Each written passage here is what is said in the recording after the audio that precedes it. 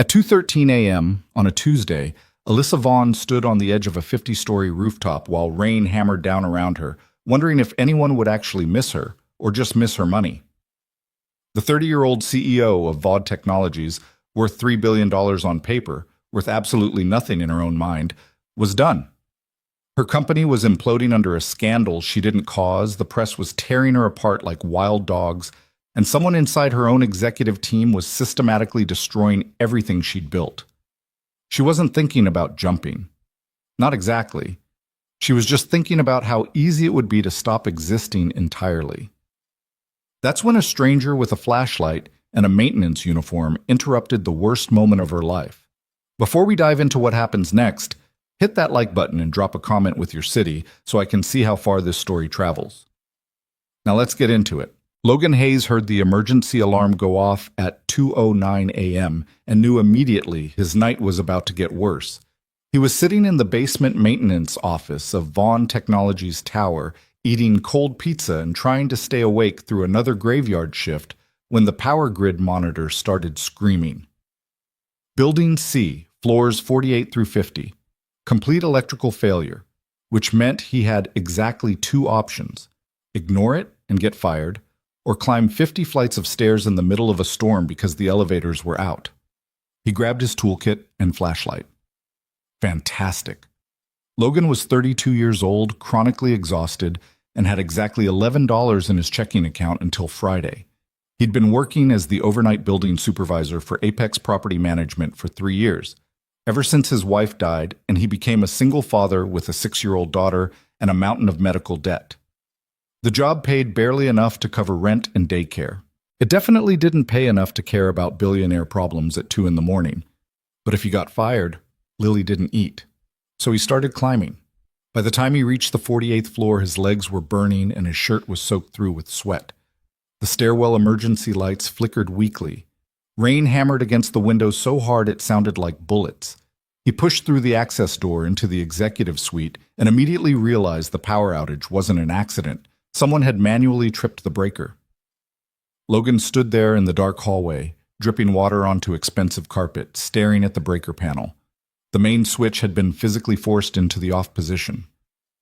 You didn't do that by accident. You did that because you wanted the cameras off, the key card locks disabled, and the floor completely isolated from security monitoring. What the hell is going on up here? He flipped the breaker back on. The light stuttered to life. The hallway was empty, silent except for the storm. He walked slowly past rows of glass-walled offices, all dark, all abandoned. At the end of the hall, a single door stood open, the executive conference room. And beyond that, he could see another door propped open with a chair, the roof access. Logan's instincts told him to call security and walk away. His brain told him this was definitely not his problem, but something about the whole setup made his stomach twist. So he walked toward the open door, stepped through it, and climbed the final metal staircase to the roof. The wind hit him like a fist. Rain poured sideways across the rooftop, lit up in strange orange bursts by the city lights below. The door slammed shut behind him, and standing near the edge of the roof, barely visible through the downpour, was a woman in a soaked white blouse and bare feet. She wasn't moving, just standing there, staring down at the city 50 stories below. Logan's heart kicked hard against his ribs. "Hey!" She didn't turn around. He moved closer, slowly, carefully, like approaching a spooked animal. "Hey, you okay?" Finally, she turned her head, and even through the rain and the dark, Logan recognized her face. He'd seen it on the news for weeks. Alyssa Vaughn, the CEO. The woman at the center of the financial scandal that was all over every channel. The press had been crucifying her for a month straight, calling her a fraud, a liar, a criminal. Her company's stock had tanked. Investors were suing. The board was talking about forcing her out, and now she was standing on a roof in the middle of a storm, barefoot and shaking. "You need to step back from the edge," Logan said, keeping his voice calm. Alyssa stared at him like she was trying to figure out if he was real. "Who are you?" "Building maintenance. Name's Logan, and you're scaring the hell out of me right now, so how about you come away from there?" She didn't move. "I wasn't going to jump." "Okay, good. That's great. But you're still standing real close to a 50-story drop, so maybe we move this conversation somewhere less terrifying? For a long moment, she just stood there. Then finally, she took a step back. Then another. Logan exhaled hard. "Thank you," he said. Alyssa wrapped her arms around herself. She was shivering violently, soaked to the bone. Her mascara had run down her face in black streaks. She looked nothing like the polished, untouchable CEO from the magazine covers. She looked like someone who hadn't slept in weeks. "I turned the power off," she said quietly. Logan blinked. "What?" "The breaker. I turned it off. I didn't want the cameras seeing me up here." "Why?" She laughed, but it came out wrong, sharp and broken. "Because if anyone saw me like this, it would be the final proof that I'm falling apart, that they're right about me." Logan didn't know what to say to that. He'd spent the last 3 years barely holding his own life together. He understood falling apart. He just didn't understand doing it on a rooftop. "Look," he said carefully, "I don't know what's going on with you, and honestly, it's none of my business. But it's 2 in the morning, you're soaked, and you look like you're about 10 seconds from passing out. So how about we get you inside, get you dry, and then you can go back to being a billionaire, and I can go back to fixing broken toilets." Alyssa stared at him. "You don't know who I am." "I know exactly who you are. I also know you're a human being standing in a storm, and that seems more important right now." Something shifted in her expression. Not trust, exactly, but maybe the tiniest crack in whatever wall she'd built around herself. "Okay," she whispered. Logan led her back inside, down the metal stairs, and into the warm, dry silence of the executive floor. Alyssa moved like a sleepwalker, slow, unsteady, disconnected. He grabbed a jacket someone had left draped over a chair and handed it to her. "Here, you're freezing." She took it but didn't put it on, just held it in her hands like she'd forgotten how clothes worked. Logan rubbed his face. "All right. Do you have someone I can call? Assistant, driver, friend, literally anyone?" "No." "No?" "There's no one." The way she said it, flat, certain, like it was a fact she'd accepted a long time ago, made Logan's chest tighten.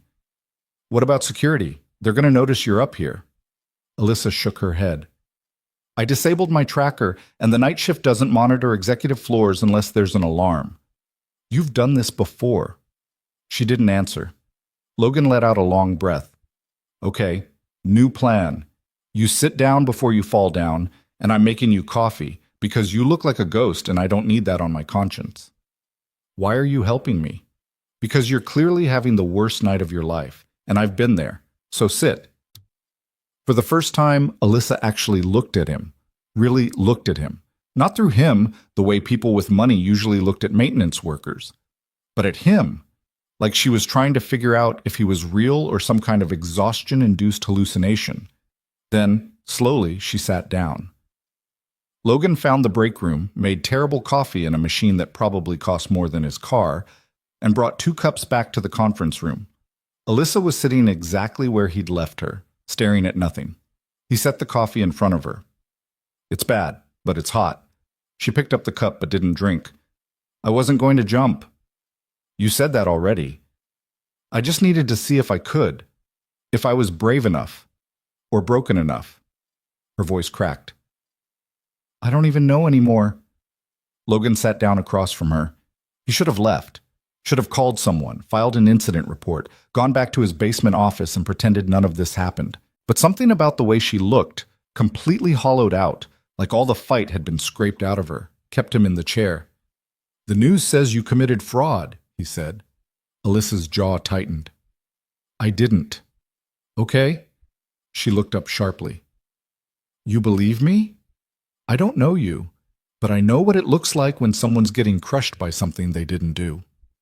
And you look like that." For a second, Alyssa's face did something complicated. Relief, disbelief, grief, all tangled together. Then she looked away. "It doesn't matter what I say. No one believes me. The press, the board, the investors. They've all decided I'm guilty. And the worst part is..." Her voice dropped. "I think someone on my own team is making sure I look guilty." Logan frowned. "What do you mean?"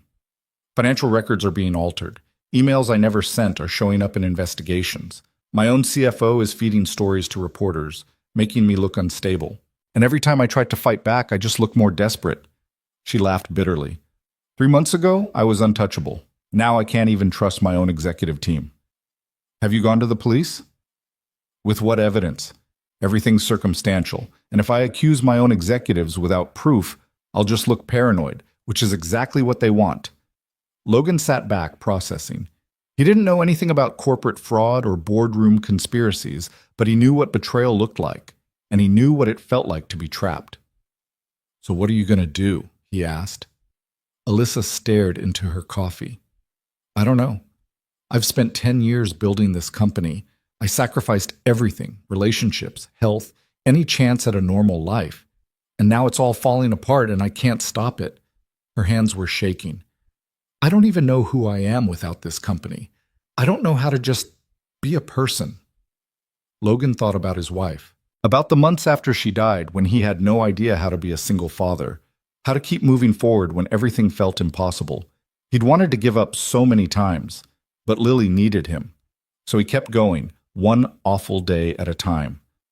You're not going to figure it out tonight, he said quietly, but you don't have to figure it out on a rooftop either. Alyssa looked at him again. Why do you care? Because someone has to. She didn't say anything, just stared at him with those exhausted, red-rimmed eyes. And for a moment, Logan saw past the billionaire CEO, past the scandal and the power and the money. He just saw a woman who'd been fighting alone for so long, she'd forgotten what it felt like to have someone in her corner. I need to go, she said suddenly, standing up. I shouldn't be here. I shouldn't have... Hold on. Logan stood too. You're in no condition to drive. I'll call a car. Where's your phone? Alyssa patted her pockets, then her expression went blank. I don't know. I think I left it in my office. Great. So you've got no phone, no shoes, and you look like you're about 2 seconds from collapsing. At least let me walk you to your office. She hesitated, then nodded. They walked through the empty executive floor in silence. Alyssa's office was at the far end, a massive corner space with floor-to-ceiling windows overlooking the city. The door was unlocked. Logan followed her inside and immediately felt out of place. Everything was sleek, modern, and absurdly expensive, the kind of space designed to intimidate. Alyssa found her phone on the desk, checked it, and then just stood there staring at the screen. 73 missed calls, she said. Hundreds of emails. All of them asking where I am, what I'm doing, if I'm okay. She set the phone down. None of them actually care. They just want to know if I'm about to blow up their careers. Logan didn't know what to say to that, so he just stood there, awkward and dripping rainwater onto her expensive rug. Then Alyssa swayed. It was subtle, just a slight tilt, a momentary loss of balance, but Logan saw it. He stepped forward just as her knees buckled. He caught her before she hit the floor, and she gasped, clutching his arm. Whoa! Hey, I got you. I'm fine, she said, but her voice was thin and weak. Yeah, you're real convincing. Logan guided her to the leather couch against the wall. When's the last time you ate? I don't remember. When's the last time you slept? Alyssa closed her eyes. I don't sleep anymore. Every time I try, I can't turn my brain off. So I take pills. A lot of pills. Logan's stomach dropped. What kind of pills? Anxiety medication, sleep aids, whatever my doctor prescribes. She laughed weakly. Sometimes I can't even remember what I've taken. I just know I need something to stop the panic. Jesus. Logan crouched in front of her. You need to see a doctor. I see 5 doctors. They all tell me to rest, reduce stress, take a vacation, as if I can just walk away from a collapsing company and a media circus. Her eyes opened, unfocused and glassy. I'm so tired, Logan. I'm so tired I can't think straight anymore. That's when Logan noticed the prescription bottle on her desk. He walked over, picked it up, and read the label. Benzodiazepines. High dose. The bottle was nearly empty. How many of these have you taken today? I don't know. 2? 3? Alyssa, the label says 1 per day. She blinked at him, confused. That can't be right. I've been taking more than that for weeks. Logan's pulse spiked. Who refills these for you? My assistant picks them up from the pharmacy. Why? He stared at the bottle. The math didn't add up. If she'd been taking 3 or 4 pills a day, thinking it was normal, and the prescription kept getting refilled without question, someone was either enabling her or setting her up. Where's the bottle from last month? I think I threw it away. Logan looked around the office. There was a small trash bin near the desk. He dug through it and found another empty bottle. Same medication, same pharmacy. But when he checked the dates, something was off. The refill had come 2 weeks earlier than it should have. Alyssa, someone's messing with your medication. She looked at him like he was speaking another language. What? You're not supposed to be taking this much, but someone's been refilling your prescription early, making sure you have access to more pills than you should. And if you're taking them thinking it's normal... He trailed off, the implications hitting him. You're being drugged. Alyssa stared at him. That's insane. Is it? You said someone's sabotaging you. What better way than to make you look unstable? Keep you medicated, keep you confused, keep you too exhausted to fight back. And when you finally fall apart in public, they get exactly what they want. A CEO who's unfit to lead. For a long moment, Alyssa didn't move. Then her face went pale. My CFO, she whispered. Marcus. He's the one who suggested I see a new doctor 6 months ago. He said my old psychiatrist wasn't aggressive enough with treatment, and he's the one who coordinated with my assistant to make sure I never missed a dose. Her hands started shaking. He's been controlling my medication the entire time. Logan felt ice slide down his spine. Who else knows about your prescriptions? Just Marcus and my assistant Elaine, and my doctor, obviously. Do you trust your doctor? I don't know. I barely see him. It's all virtual appointments now. Marcus set those up too. Logan's mind raced. If the CFO was controlling her access to medication, manipulating her prescriptions, and keeping her in a fog of exhaustion and panic, then he wasn't just sabotaging her company, he was actively destroying her mental and physical health. And if Alyssa had a public breakdown, if she collapsed during a board meeting or said something erratic in front of investors, Marcus could swoop in and take control of the company. You need to stop taking these, Logan said. Right now. I can't. If I stop, the panic attacks come back. Alyssa, you're not having panic attacks because you need the pills. You're having them because someone's been poisoning you with too many pills. Your body's dependent now, but if you keep taking them, you're going to end up in the hospital, or worse. She stared at him, terrified. What do I do? Logan didn't have an answer. He was a maintenance worker, not a doctor. But he knew one thing for sure. If he walked away and left her alone, she wasn't going to survive the week. First, we get you real medical help, not some virtual doctor Marcus set up, a real psychiatrist, independent, someone who's not connected to your company. Second, we figure out who else is involved. And third, he hesitated.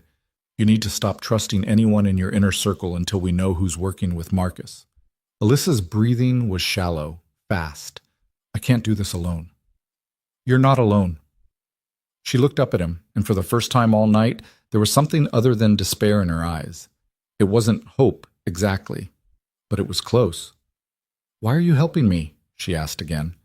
Logan thought about Lily, asleep at home with the neighbor watching her.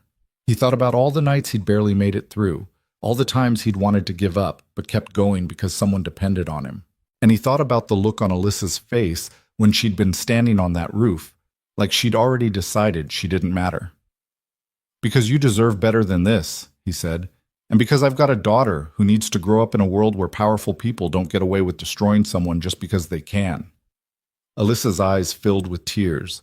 She didn't say anything, just nodded. Logan's phone buzzed, a text from his neighbor. Lily's fine, but she woke up asking for you. Don't stay out too late. He sighed.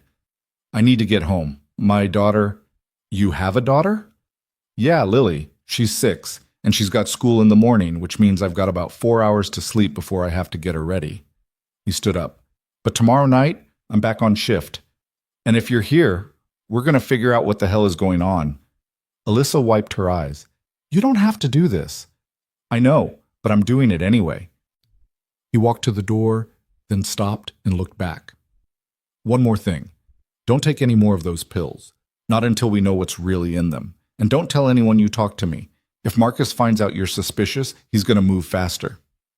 Okay. Logan left her there, sitting on the couch in her dark office, looking small and lost. And as he walked back through the empty executive floor, past the glass walls and the expensive art and the boardroom where decisions worth billions got made, he couldn't shake the feeling that he'd just stepped into something way bigger than a maintenance job. He took the stairs down, 50 flights in the dark, while the storm raged outside. And he wondered if saving someone's life was always this complicated. Logan got home at 4 a.m. to find Lily asleep on the couch, still wearing her school clothes from yesterday. Mrs. Chen, their 70-year-old neighbor who watched Lily during his night shifts, was snoring in the armchair with the television on mute. Logan stood in the doorway for a moment, looking at his daughter's face. Peaceful, innocent, completely unaware that her father had just spent the last 2 hours trying to talk a billionaire off a rooftop. He gently shook Mrs. Chen awake. "Hey, I'm back." She startled, blinking rapidly. "Oh, Logan, sorry, I dozed off." "It's fine, thank you for staying." Mrs. Chen gathered her purse and sweater, glancing at Lily. "She had a nightmare around midnight, asked for you. I told her you'd be home soon." Guilt punched him in the stomach. "I'm sorry, work ran late." "You work too much, that's what I think." Mrs. Chen patted his arm. "But you're a good father. That little girl knows you love her." After she left, Logan carried Lily to her bedroom and tucked her in. She stirred slightly, mumbling something he couldn't understand, then rolled over and went still. He stood there watching her breathe, feeling the weight of every decision he'd made in the last 3 years. He'd chosen the night shift because it paid slightly more. He'd chosen this crappy apartment because it was all he could afford. He'd chosen to keep going, day after miserable day, because Lily needed him. But tonight, he'd also chosen to help someone he didn't know, someone whose problems were so far outside his world they might as well be on another planet. And he had no idea if that was bravery or stupidity. Logan collapsed onto his own bed without changing clothes and stared at the ceiling. His brain wouldn't shut off. He kept seeing Alyssa's face on that rooftop, the emptiness in her eyes, the way she'd stood so close to the edge like she was testing herself. And then later in her office, when she'd nearly collapsed. The prescription bottles. The timeline that didn't make sense. The CFO who'd carefully orchestrated her access to medication. Someone was systematically destroying her. And now Logan was involved. He closed his eyes and tried to sleep, but his mind just kept spinning. Finally, around 6, he gave up and dragged himself out of bed to make breakfast. Lily wandered into the kitchen an hour later, rubbing her eyes. "Daddy?" "Hey, baby, you're up early." She climbed onto a chair at their tiny kitchen table. "I had a bad dream." Logan set a bowl of cereal in front of her. "What about?" "You didn't come home, and I was all alone." His chest tightened. "I'm here now. I'm always going to come home, okay? Promise?" "Promise."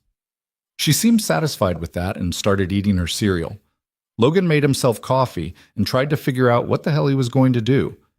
He couldn't just ignore what he'd seen last night, but he also couldn't afford to lose his job by getting tangled up in corporate drama, and he definitely couldn't put Lily at risk. But then he thought about Alyssa sitting alone in that dark office, terrified and confused, surrounded by people who were trying to destroy her. And he thought about what kind of world Lily was growing up in, one where powerful people could crush someone without consequences, where asking for help got you labeled as weak, where survival meant keeping your head down and pretending you didn't see the awful things happening around you. Maybe he couldn't fix everything, but he could do something. He dropped Lily off at school, went home, and forced himself to sleep for a few hours. When he woke up in the early afternoon, he started digging. Logan wasn't a detective. He wasn't even particularly good with computers, but he knew how to read people and he knew how to spot patterns. So he started with what he knew. Marcus Chen, Vaughn Technologies CFO, the guy who'd been feeding stories to reporters, controlling Alyssa's medication, and positioning himself to take over the company. A quick internet search pulled up hundreds of articles. Marcus had been with Vaughn Technologies for 8 years, climbing from senior financial analyst to CFO in record time. He was 41, Stanford MBA, former investment banker. The press loved him. called him a genius, a strategic mastermind, the brains behind Vaughn Technologies' explosive growth. In every photo, he looked polished, confident, untouchable. But buried in the older articles, Logan found something interesting. 5 years ago, Marcus had been investigated for insider trading at his previous company. The charges were dropped due to lack of evidence, but several colleagues had accused him of manipulating financial data to inflate stock prices before major acquisitions. Nothing was ever proven. Marcus left the company quietly, and 6 months later, he was hired by Vaughn Technologies. Logan kept digging. He found LinkedIn profiles, corporate filings, investor reports, and the more he read, the more a picture started forming. Marcus wasn't just Alyssa's CFO. He was also the largest individual shareholder after Alyssa herself. If she was forced out, if the board voted to remove her as CEO, Marcus would be the obvious replacement. And with her out of the way, he could restructure the company however he wanted, which meant he had every reason to want her gone. Logan's phone buzzed, a text from an unknown number. It's Alyssa. Are you working tonight? He stared at the screen. She'd gotten his number somehow, probably from building personnel files, which meant she was serious about this. He typed back, Yeah, midnight to 8. You gonna be there? Yes. We need to talk. Logan rubbed his face. He had 6 hours before his shift started. 6 hours to figure out what he was going to say to a woman who trusted him for reasons he still didn't understand.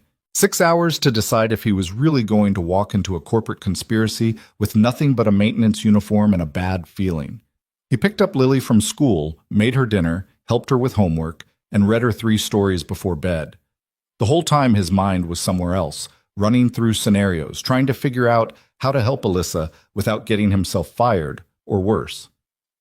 By the time Lily finally fell asleep, Logan felt like his brain was going to explode. At 11:30, he kissed his daughter's forehead, locked the apartment, and headed to work. The building was quiet when he arrived, just the usual hum of climate control and distant traffic. Logan checked in with the security desk, grabbed his keys, and took the service elevator up to the executive floor. The lights were on in Alyssa's office. He could see her silhouette through the glass walls, pacing, phone pressed to her ear, gesturing sharply. He knocked on the door. Alyssa looked up, said something quick into the phone, and hung up. She opened the door and stepped aside. Come in. Logan walked into the office and immediately noticed the difference. Last night she'd been falling apart. Tonight she looked like she'd pulled herself together through sheer force of will. Her hair was tied back, her clothes were clean, and the exhaustion in her eyes had been replaced by something harder. Determination, maybe. Or anger. You look better, he said. I haven't taken any pills since you left. I've been awake for almost 24 hours, and I feel like my skin's trying to crawl off my body, but at least my head's clear. She gestured to the couch.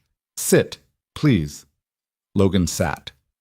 Alyssa paced in front of the windows, arms crossed, energy radiating off her like heat. I did some digging today, she said. Marcus has been setting me up for months, maybe longer. I went through my emails, my calendar, my financial records, everything, and there are gaps. Meetings I don't remember having, decisions I supposedly made that I have no memory of, emails sent from my account that I never wrote. Can you prove it? Not yet, but I pulled my phone records, and there are calls to investors and board members during times when I was in meetings or asleep. Someone's been using my credentials to access my accounts. Logan leaned forward. Who has access to your passwords?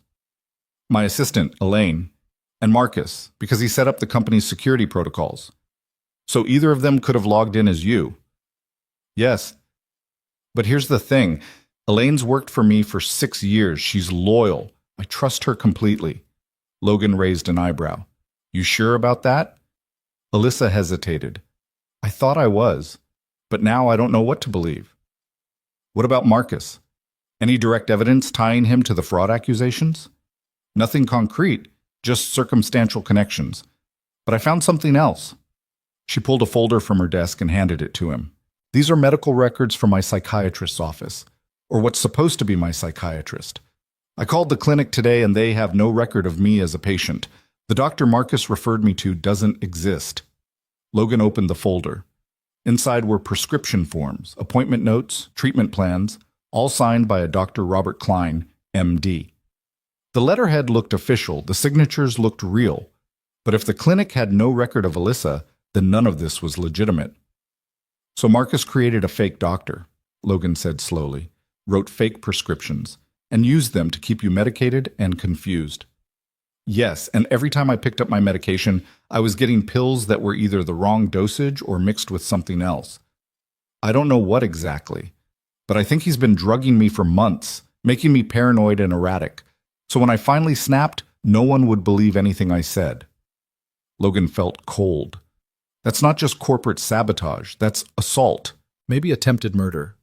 I know, but if I go to the police, Marcus will just claim I'm having a breakdown. And with all the fake emails and financial records he's created, I'll look guilty and unstable. He's backed me into a corner. So what do you want to do? Alyssa stopped pacing and looked at him. I want to fight back, but I need help. I need someone I can trust. Someone who's not part of my world, who doesn't have anything to gain by selling me out. And right now, you're the only person who fits that description. Logan sat back, processing. I'm a maintenance worker. I fix broken pipes and reset breakers. I'm not a lawyer or a private investigator. I don't need a lawyer. I need someone who sees things other people miss, someone who noticed my prescription bottles were wrong, who figured out the timeline didn't make sense, someone who actually gives a damn whether I live or die. Her voice cracked on the last sentence, and Logan saw the fear underneath the anger. She was terrified, and she was asking him to step into a fight that could destroy both of them. If I help you, Logan said carefully, I need to know you're serious, because the second Marcus figures out you're onto him, this gets dangerous. And I've got a 6-year-old daughter who depends on me, so I can't afford to take stupid risks. I understand. Do you? Because last night you were on a roof seriously considering whether you mattered, and now you're asking me to go up against a guy who's been manipulating you for months. So I need to know you're not going to bail the first time things get hard. Alyssa met his eyes. I'm not bailing. I'm done being the victim. I built this company from nothing, and I'm not letting Marcus steal it because he's better at lying than I am at fighting back. Logan studied her face. He'd spent 3 years learning to read people, figuring out which tenants were lying about late rent, which contractors were cutting corners, which situations were about to blow up in his face. And right now, Alyssa looked like someone who'd made a decision and wasn't going back on it. All right, he said. I'm in. But we do this smart. No more emotional decisions, no more standing on rooftops. We gather evidence, we figure out who else is involved, and we don't move until we've got something solid. Agreed? Agreed. Good. Now, first thing, we need to get you real medical help. You've been on those pills for months, and quitting cold turkey is dangerous. You need a real doctor, someone Marcus doesn't control. I already called a psychiatrist. Independent practice, no connection to the company. I have an appointment tomorrow morning. Good. Second, we need access to Marcus's communications. Emails, texts, phone records. Anything that proves he's been setting you up. Alyssa hesitated. That's illegal. So is drugging someone, you want to play by the rules or you want to win? She stared at him for a long moment. Then she nodded. I'll get you access to the company's servers, but you'll need to be careful. If IT flags your login, Marcus will know someone's digging. Leave that to me. I've got keys to every room in this building, including the server room, and I know how to stay off the cameras. Why do you know how to do that? Logan shrugged. You work nights long enough. You learn which cameras actually work and which ones are just for show. For the first time all night, Alyssa almost smiled. You're not what I expected. Yeah, well, you're not exactly what I expected either. I figured billionaires spent their nights at fancy parties, not melting down on rooftops. The smile faded. I haven't been to a party in 2 years. I don't have friends. I don't have a life outside this company. I spent so long building the perfect image, successful, powerful, untouchable, that I forgot how to be an actual person. Logan thought about his own life. The long nights alone, the constant exhaustion, the feeling that he was always one mistake away from losing everything. He understood what it felt like to lose yourself in survival. You're not alone anymore, he said quietly. Alyssa looked at him, and something shifted in her expression. Not gratitude exactly, something deeper. Like she'd spent so long carrying everything by herself that she'd forgotten what it felt like to have someone stand beside her. "Thank you," she whispered. Logan stood up. "All right, I've got rounds to do, and if I don't show my face around the building, security's going to get suspicious, but tomorrow night, I'm going to start digging into Marcus's files. In the meantime, you need to act normal. Go to meetings, smile for the cameras, pretend everything's fine. Don't give him any reason to think you're on to him." "I can do that. And Alyssa, if anything happens, if you feel unsafe, if Marcus confronts you, anything, you call me immediately. I don't care if it's 3 in the morning. You call." She nodded. Logan left her office and headed down to the basement, his mind already running through logistics. He'd need to access the server room without triggering alarms, download files without leaving a digital trail, and somehow compile evidence against a man who'd spent months covering his tracks. It was insane. It was dangerous. And he had absolutely no idea if it would work. But for the first time in 3 years, Logan felt like he was doing something that mattered. Over the next week, Logan's life became a careful balancing act between his day responsibilities and his nighttime investigation. He'd drop Lily off at school, go home and sleep for a few hours, then spend his afternoons researching corporate fraud, digital forensics, and legal precedent for wrongful termination cases. At night, he'd work his maintenance shift while quietly gathering evidence against Marcus. It was exhausting, it was risky, and it was working. Logan had access to parts of the building most employees never saw: utility corridors, equipment rooms, server closets. He knew which doors had faulty locks, which cameras had blind spots, and which security guards were too bored to check their monitors. So while everyone else went home at 6, Logan moved through the building like a ghost, collecting pieces of a puzzle he didn't fully understand yet. The first breakthrough came on the 3rd night. Logan was replacing an air filter on the 47th floor when he heard voices coming from the executive conference room. He recognized Marcus's voice immediately: smooth, confident, controlled. The other voice belonged to Elaine, Alyssa's assistant. Logan crept closer to the door and listened. "She's asking questions," Elaine said. Her voice sounded nervous. "She went through her phone records yesterday, and she called a new psychiatrist." "How do you know that?" "I monitor her calendar. The appointment's listed as personal, but I checked the number. It's a private psychiatric practice." There was a pause, then Marcus spoke, his tone sharp. "Did she say anything about the medication?" "No, but she's acting different, more focused, less scattered. I think she stopped taking the pills." Marcus swore under his breath. "That's a problem." "What do you want me to do?" "Keep watching her. If she starts digging into financial records or asking about me, I need to know immediately. And if she tries to involve the board before we're ready, we move up the timeline." "What timeline?" "The shareholder meeting is in 3 weeks. We present the financial audit, show the board that Alyssa's been mismanaging funds, and force a vote of no confidence. But if she figures out what's happening before then, we'll have to accelerate." "And if she goes public?" "She won't. She's too proud to admit she's been falling apart. But just in case, make sure her assistant access is restricted. No financial records, no executive communications. I want her isolated." Elaine hesitated. "Marcus, I don't know if I can keep doing this. She trusts me." "And that trust is exactly why you're valuable. Don't get sentimental now, Elaine. You've come too far." Logan heard movement and quickly stepped back, disappearing into a utility closet before anyone saw him. His heart was pounding. He waited until the conference room door opened and closed, until footsteps faded down the hall, and then he slipped out and headed straight for Alyssa's office. She was still there, working late as usual. Logan knocked, and she looked up, startled. "We have a problem," he said. He told her everything he'd overheard. Alyssa's face went pale. "Elaine," she whispered. "She's been helping him the whole time." "Looks like it." "She's been my assistant for 6 years. She knows everything, my schedule, my passwords, my medical history. If she's been feeding Marcus information..." Alyssa stood up, pacing. "He's been using her to monitor me, to control me. And they're planning to force you out at the shareholder meeting. 3 weeks. Then we have 3 weeks to stop them." Logan pulled out his phone and showed her a series of photos he'd taken over the last few nights. Screenshots of emails between Marcus and board members, financial records showing suspicious transfers, and a document outlining the planned audit that would frame Alyssa for mismanagement. "I've been copying everything I can find," Logan said, "but it's not enough yet. We need direct proof that Marcus falsified the financial reports, and we need to know who else on the board is involved." Alyssa stared at the photos. "How did you get these?"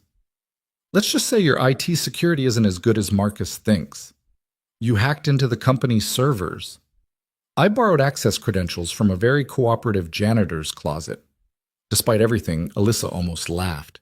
"You're insane." "Yeah, well, you hired me." She looked at him, and for a moment the professional mask slipped. "I didn't hire you. You just showed up and decided to save my life for no reason."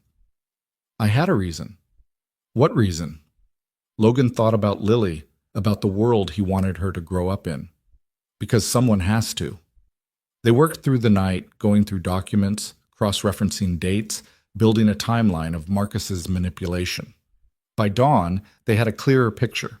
Marcus had been siphoning money from company accounts for over a year, using shell corporations to hide the transfers. Then he'd altered financial reports to make it look like Alyssa had authorized the transactions. And with Elaine's help, he'd created a paper trail of erratic behavior, missed meetings, strange emails, paranoid accusations that painted Alyssa as mentally unstable. It was a perfect setup. And if Logan hadn't been paying attention that night on the roof, it would have worked. "We need to go to the board," Alyssa said. "Show them everything." "No, not yet. Marcus has allies on the board. If you go to them now, he'll just discredit you faster. We need leverage." "What kind of leverage?" Logan thought for a moment. "We need someone on the outside, a reporter, maybe. Someone who can expose Marcus publicly before he has a chance to spin the story. I know a journalist, investigative reporter for the Times. She's been covering the scandal, but she's been fair. If I give her evidence, she'll run with it." "Then that's our play. We give her everything, let her publish the story, and force the board to act. But we have to time it perfectly, right before the shareholder meeting, so Marcus can't bury it." Alyssa nodded slowly. "This could work. It better, because if it doesn't, we're both screwed." They spent the next 2 weeks preparing. Logan continued gathering evidence while Alyssa played her role perfectly, attending meetings, smiling for investors, acting like everything was fine. She didn't confront Elaine. She didn't tip off Marcus. She just kept moving forward, waiting for the right moment to strike. And slowly, something unexpected happened. They started to trust each other. It wasn't dramatic or romantic. It was small, quiet moments. Alyssa bringing Logan coffee during late-night work sessions. Logan making sure she ate actual meals instead of surviving on energy drinks. Alyssa asking about Lily and listening, really listening, when Logan talked about the hard parts of being a single parent. Logan reminding Alyssa that she was more than her job, more than her reputation, more than the image she'd built. One night, after another long session in her office, Alyssa asked him something she'd been wondering since they met. "Why haven't you asked me for anything? Money, a better job, connections, anything. Most people would have tried to leverage this situation by now." Logan looked up from the laptop he'd been using. "Because I don't want anything from you." "Everyone wants something." "Not from you. I just want to make sure you don't end up back on that roof." Alyssa was quiet for a long time. Then she said, "I think you might be the first truly decent person I've met in 10 years. Or the first idiot," she smiled. "Maybe both." 2 days before the shareholder meeting, Logan brought Lily to Vaughn Technologies for the first time. It was a Saturday, and the building was nearly empty. He told Lily he had to grab something from his office, and she'd begged to come along because she wanted to see where Daddy worked at night. They were in the basement break room when Alyssa walked in. Logan hadn't expected her to be there on a weekend, but she'd texted him saying she needed to review the final evidence packet before they sent it to the journalist. She stopped in the doorway, staring at the little girl sitting at the table with a coloring book. "Hi," Lily said cheerfully. "I'm Lily. Are you my daddy's boss?" Alyssa looked at Logan, then back at Lily. "Not exactly. I'm a friend. Daddy doesn't have a lot of friends." "Lily," Logan said quickly, "that's not—" "It's okay," Alyssa said. She walked over and sat down across from Lily. "What are you coloring?" "A castle, see? It has a princess inside." "It's beautiful," Lily beamed. Do you want to color with me? I have extra crayons. Logan watched, stunned, as Alyssa Vaughn, CEO of a multi-billion-dollar company, one of the most powerful women in California, picked up a purple crayon and started coloring a dragon in Lily's picture. And for the first time since he'd met her, Alyssa looked genuinely relaxed. They colored together for 20 minutes while Logan finished reviewing documents. When it was time to leave, Lily hugged Alyssa goodbye like they were old friends. You should come to dinner at our house, Lily said. Daddy makes really good spaghetti. Alyssa glanced at Logan, and he saw something vulnerable in her expression. I'd like that. After they left, Logan carried Lily to the car, and she chattered the whole way home about the nice lady with the sad eyes who'd helped her color. And Logan realized that somewhere along the way, this had stopped being just about saving Alyssa's company. It had become about saving her. The night before the shareholder meeting, Logan and Alyssa sat in her office with the final evidence packet. Everything was ready. The journalist had reviewed the documents and agreed to publish the story the morning of the meeting. Marcus wouldn't see it coming. This is it, Alyssa said quietly. After tomorrow, everything changes. You ready? She looked at him. I don't know. Part of me wants to burn it all down and walk away. Start over somewhere else. Be someone normal. You could. But I won't. Because Marcus doesn't get to win. And all the people he's hurt, employees he's fired, investors he's lied to, me, they deserve better. Logan nodded. Then let's finish this. Alyssa reached across the desk and took his hand. Thank you for everything. For seeing me when I was invisible. For staying when you didn't have to. You were never invisible, Logan said. You were just surrounded by people who weren't looking. She held his hand for a moment longer, then let go. After this is over, I'm taking you and Lily to dinner. Real dinner, the best restaurant in the city.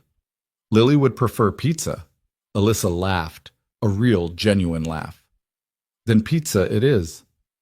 They sat in comfortable silence, the weight of tomorrow pressing down on both of them. And Logan thought about how strange life was, how a random storm and a broken breaker had led him here, sitting in a billionaire's office, planning to take down a corporate conspiracy with nothing but determination and stolen evidence. It was insane. But maybe, just maybe, it was exactly where he was supposed to be. The morning of the shareholder meeting, Logan woke up at 5 with his stomach in knots. He'd barely slept, his mind running through every possible way their plan could fall apart.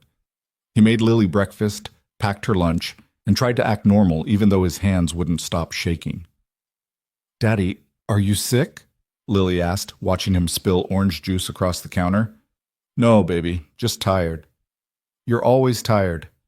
Logan looked at his daughter, 6 years old, too smart for her own good, already learning that her father's exhaustion was just part of life. And he thought about what would happen if today went wrong. If Marcus figured out what they'd done. If Logan lost his job, or worse, ended up charged with corporate espionage for hacking into company servers. Hey, he said, crouching down to her level. You know Daddy loves you more than anything, right? Lily nodded, confused by the sudden seriousness. I know. Good. Don't forget that.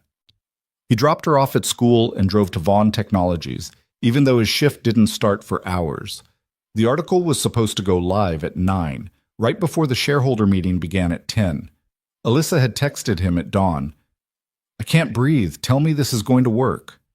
Logan had responded, it's going to work, trust me.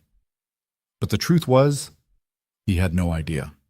They'd done everything they could, gathered evidence, connected the dots, handed it all to a journalist who'd promised to run the story without warning Marcus first. But there were 1,000 things that could still go wrong. The journalist could get cold feet. Marcus could have connections at the newspaper. The board could dismiss the whole thing as a desperate attack from a failing CEO. Logan parked in the employee lot and sat in his car, staring at the tower. Somewhere up there, Alyssa was probably pacing her office, running through her presentation, trying to hold herself together. And somewhere else in that building, Marcus was preparing to destroy her in front of hundreds of investors and reporters. Logan's phone buzzed, a text from Alyssa. Are you here? Yeah, parking lot, come up, please. Logan took the service elevator to the executive floor. It was barely 7 in the morning, but the building was already buzzing with activity. Assistants rushing around with coffee and documents, IT technicians setting up live stream cameras, Security guards posted at every entrance.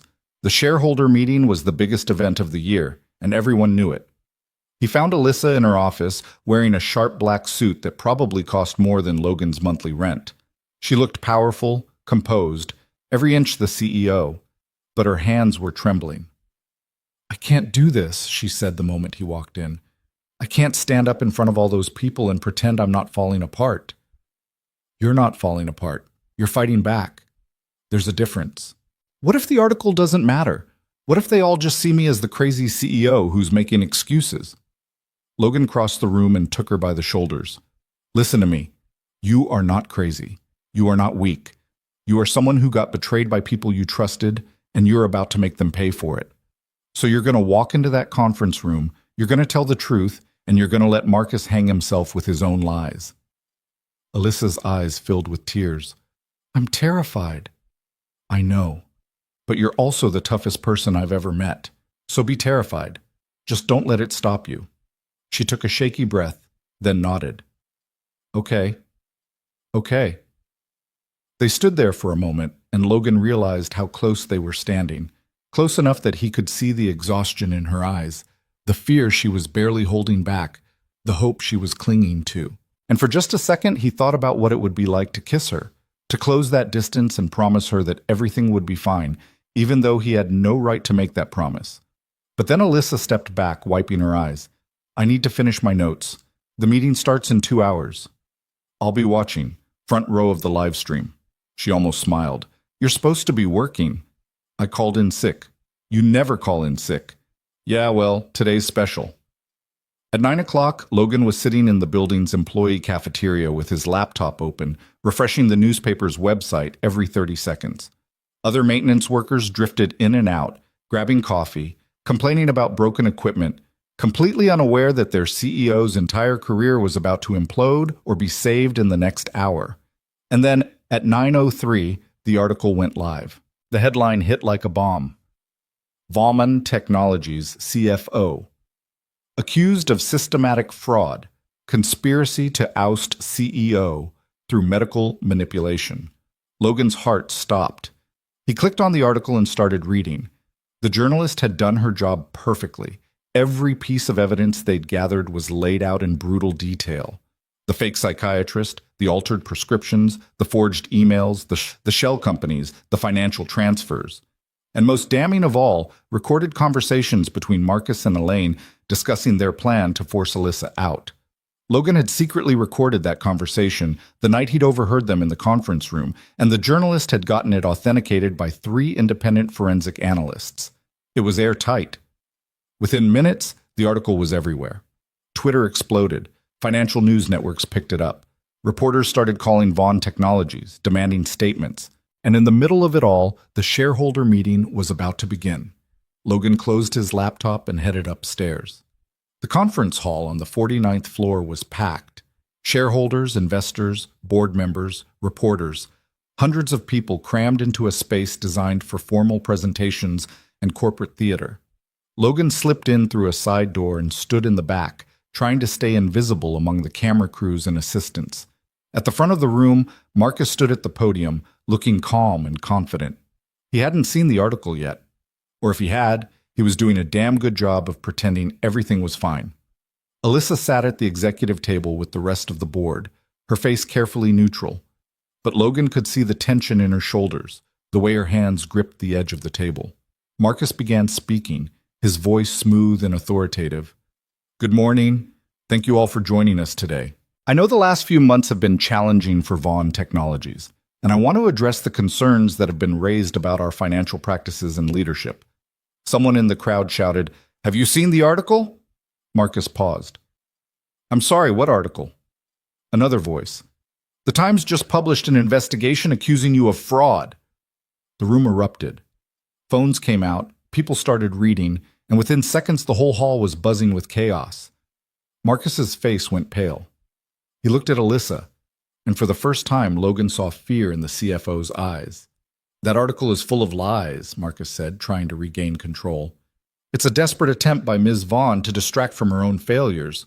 "Then explain the recorded conversations," someone yelled. "The ones where you admit to manipulating her medication." Marcus's composure cracked. Those recordings are taken out of context. Explain the fake psychiatrist. Explain the shell companies. The room was turning into a mob. Reporters were shouting questions, shareholders were demanding answers, and board members were staring at Marcus like they'd just realized they'd been sitting next to a criminal for years. And then Alyssa stood up. The room didn't go quiet. It was too chaotic for that. But people started paying attention. Alyssa walked to the podium, and Marcus had no choice but to step aside. She gripped the edges of the podium, looked out at the sea of faces and cameras, and took a breath. "I know what you all think of me," she said, her voice cutting through the noise. "You think I'm a fraud, a liar, someone who built a company on stolen money and manipulation. And for the last 3 months I believed that too, because the people I trusted told me I was losing my mind. They told me I was paranoid, that I was making mistakes, that I needed to step down before I destroyed everything." She paused, and the room started to quiet. But I wasn't losing my mind. I was being drugged. My CFO, Marcus Chen, has spent the last year systematically destroying my mental and physical health so he could take control of this company. He falsified financial records. He created a fake doctor and fake prescriptions to keep me medicated and confused. He manipulated my assistant into monitoring my every move, and he almost succeeded. Marcus stepped forward. "This is absurd." "Sit down," Alyssa said, her voice ice cold. "You've had months to lie. Now it's my turn to tell the truth." Marcus's mouth snapped shut. One of the board members gestured for security, and 2 guards moved to stand beside Marcus, blocking him from leaving. Alyssa continued, "I'm not going to stand here and pretend I'm blameless. I built a company culture where people felt like they had to lie, cheat, and destroy each other to get ahead. I prioritized growth over ethics, profit over people, and image over honesty. And that culture created someone like Marcus, someone who saw an opportunity to take everything I'd built and convinced himself he deserved it more than I did." Her voice cracked, but she kept going. 3 weeks ago, I stood on the roof of this building and seriously considered whether the world would be better off without me. I was exhausted, terrified, and completely convinced that I'd failed. And the only reason I'm standing here today is because one person noticed I was drowning and decided to help. Not because he had anything to gain, not because I could pay him, but because he believed I deserved better than what I was getting. Logan's chest tightened. He hadn't expected her to say that. Hadn't expected her to acknowledge him publicly. Alyssa looked directly at the cameras. "So here's what I'm going to do. Effective immediately, I'm launching an independent investigation into every decision made by Marcus Chen during his tenure as CFO. I'm bringing in outside auditors to review our financial practices. I'm restructuring the board to include independent members with no financial ties to current executives. And I'm testifying fully with law enforcement regarding the evidence of fraud, conspiracy, and assault." She took another breath. "But more importantly, I'm stepping down as CEO." The room exploded. Reporters screamed questions, shareholders shouted objections, board members looked stunned. Logan felt like the floor had dropped out from under him. They'd never discussed this. This wasn't part of the plan. Alyssa raised her hand, and somehow the room quieted again. "I'm stepping down temporarily, not because Marcus won, but because I need time to recover from what he did to me. I need therapy. I need rest. I need to remember who I am outside of this job. And I can't do that while running a company." She looked at the board members. "I'm recommending Janet Morales, our Chief Operating Officer, as interim CEO. She's qualified, she's ethical, and she's not compromised by any of this mess. And when I'm ready, when I'm healthy, I'll decide if I want to come back. But I'm done making decisions from a place of fear and exhaustion." Then she turned to Marcus. "As for you, I hope you're ready to explain yourself to a jury. Because everything you did is documented, recorded, and being turned over to the district attorney's office as we speak." Marcus lunged forward, and for a second Logan thought he was going to attack Alyssa. But security grabbed him before he got close, and suddenly the room was chaos again, cameras flashing, people shouting, Marcus screaming about conspiracies and false accusations as security dragged him toward the exit. And in the middle of it all, Alyssa just stood there, calm and still, watching him go. Logan pushed through the crowd and made his way to the front of the room. Alyssa saw him coming and stepped away from the podium, meeting him halfway. Reporters tried to shove microphones in their faces, but security formed a barrier around them. "You didn't tell me you were stepping down," Logan said. "I didn't know until I was standing up there. But it's the right call. I can't keep running on empty and expect to make good decisions." "What happens now?" "Now I talk to about 50 lawyers, give 100 statements to investigators, and probably spend the next year in depositions and court appearances." She looked exhausted just thinking about it. "But after that? I don't know. Maybe I'll figure out who I am when I'm not a CEO." Logan wanted to say something meaningful, something that captured how proud he was of her for walking into that room and telling the truth, but all that came out was, "You were amazing up there." Alyssa's eyes filled with tears again. "I couldn't have done it without you." "Yeah, you could have." "No, I really couldn't." A board member approached, apologizing for interrupting, but insisting Alyssa needed to speak with the legal team immediately. Alyssa nodded, then looked back at Logan. "I'll call you later, okay?" "Okay." She started to walk away, then stopped and turned back. "Logan, thank you for seeing me, for staying, for everything." Logan didn't know what to say to that, so he just nodded and watched her disappear into a conference room surrounded by lawyers and board members and all the people whose job it was to clean up the mess. The rest of the day was a blur. News crews camped outside the building. Police arrived to take statements. Marcus was formally arrested on charges of fraud, conspiracy, and assault. Elaine was also taken into custody for her role in the scheme. And somewhere in the chaos, Logan slipped out through a side exit and went home. He picked Lily up from school, made her dinner, and tried to act like his entire world hadn't just shifted on its axis. But Lily noticed something was different. "Daddy, you're smiling." Logan realized she was right. "Am I?" "Yeah. You haven't smiled in forever." He pulled her into a hug. "I had a good day, that's all." "Did something good happen at work?" "Yeah, baby, something really good." That night, after Lily fell asleep, Logan sat on his tiny apartment balcony and stared at the city. His phone had been buzzing nonstop with calls from reporters who'd somehow gotten his number, wanting to know about his relationship with Alyssa Vaughn and his role in exposing the scandal. He'd ignored all of them.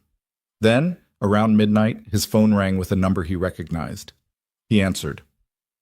"Hey," Alyssa said, her voice exhausted. "I know it's late." "It's fine. How are you holding up?" "I've been in meetings for 12 hours straight. My lawyers are terrified I said too much during the shareholder meeting. The board is fighting about who should be interim CEO, and Marcus's lawyers are already claiming I fabricated evidence as part of a personal vendetta." She let out a shaky laugh. "So, living the dream." "Sounds awful." "It is. But it's also, I don't know, honest? For the first time in years, I'm not pretending everything's fine. I'm not hiding how hard this is. And that feels like progress." Logan leaned back against the wall. "You meant what you said today? About stepping down?" "Yeah, I need time to fix myself before I try to fix the company. And honestly, I'm not even sure I want to come back. Maybe there's a different version of my life where I'm not chained to a job that almost killed me. What would that look like?" "I have no idea. That's the scary part." She paused. "What about you? What happens to the guy who saved the CEO?" "Nothing. I go back to fixing broken pipes and replacing light bulbs." "You're not serious." "Why wouldn't I be?"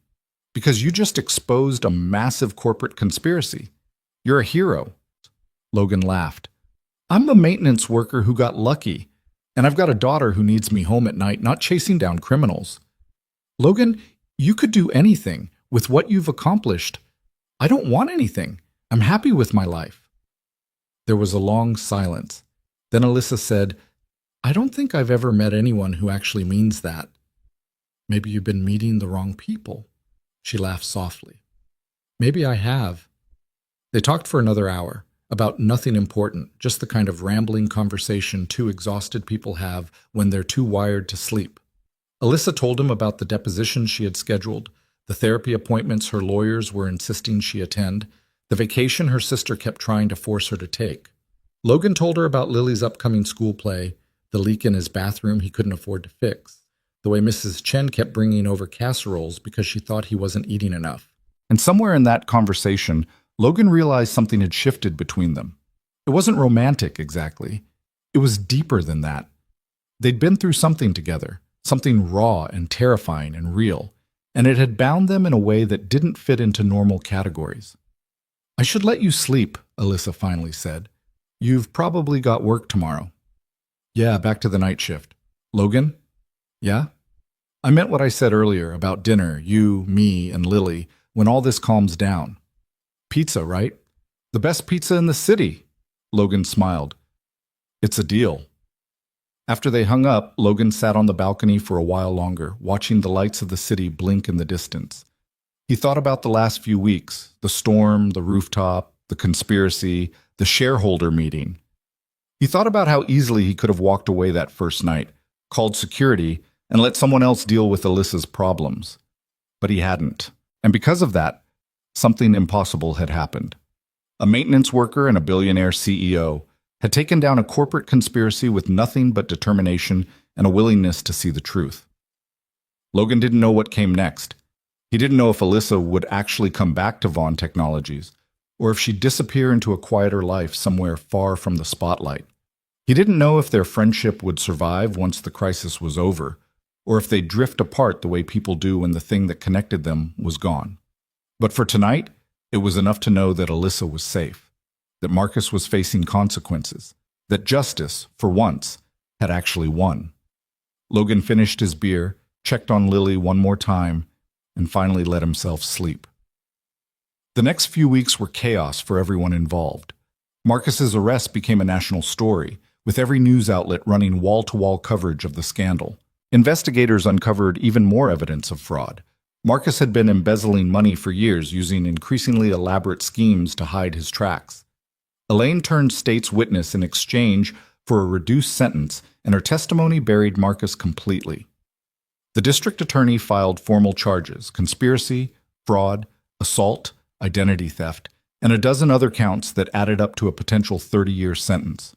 Marcus's lawyers tried every trick they could think of, claiming the evidence was fabricated, that Alyssa had manipulated Logan into helping her frame an innocent man, that the recordings were illegally obtained. But none of it stuck. The evidence was overwhelming. Alyssa, meanwhile, disappeared from public view. She kept her word about stepping down temporarily, and Janet Morales took over as interim CEO. The company's stock initially tanked in the wake of the scandal, but once investors realized Alyssa was actually cleaning house and bringing in real oversight, it started to recover. Logan kept working his night shifts, but everything felt different now. Other employees recognized him from the news coverage, the maintenance guy who'd helped take down Marcus Chen. Some people treated him like a celebrity.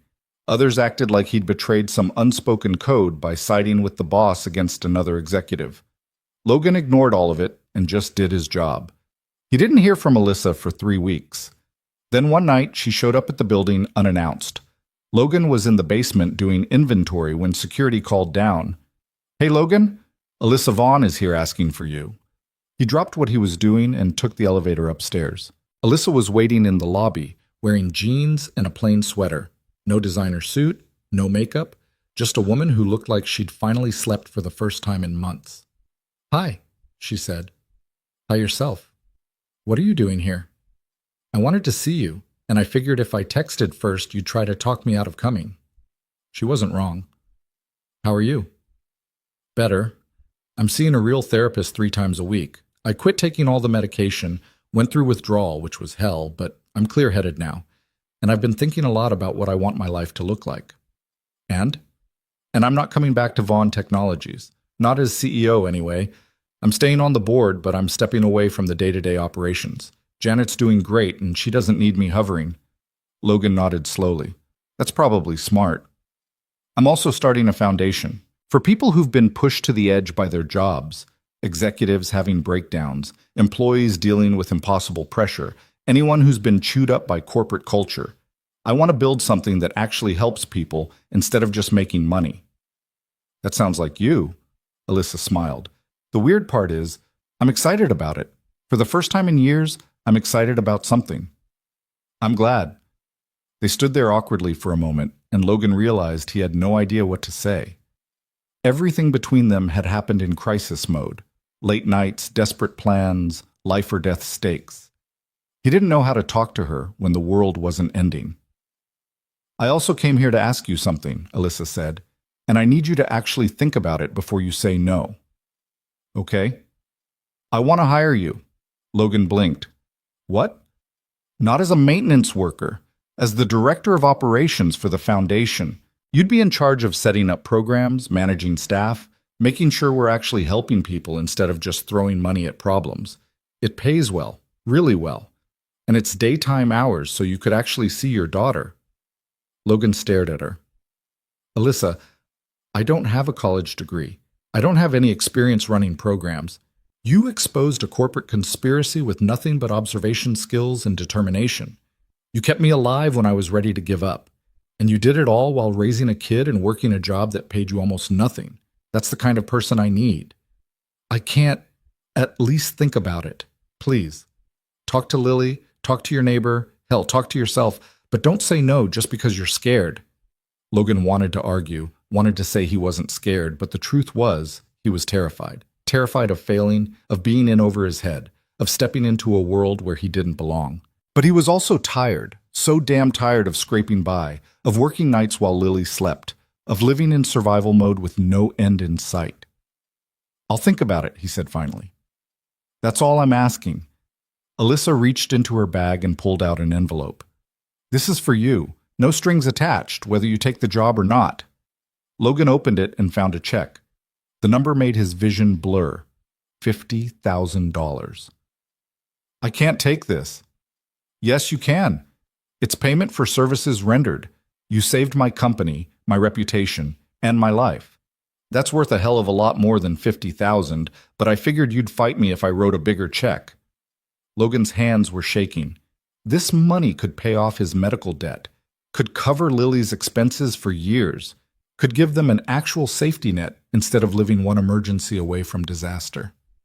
Thank you, he whispered. Thank you, Alyssa said, for everything.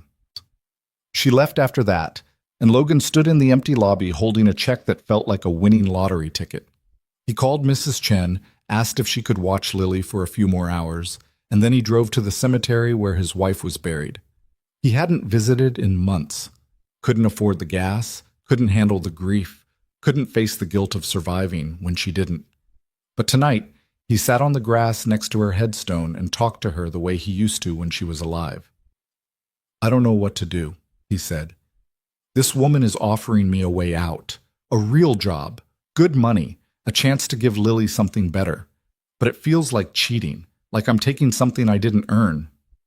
The wind rustled through the trees, and Logan imagined what his wife would say if she were there. She'd tell him to stop being an idiot.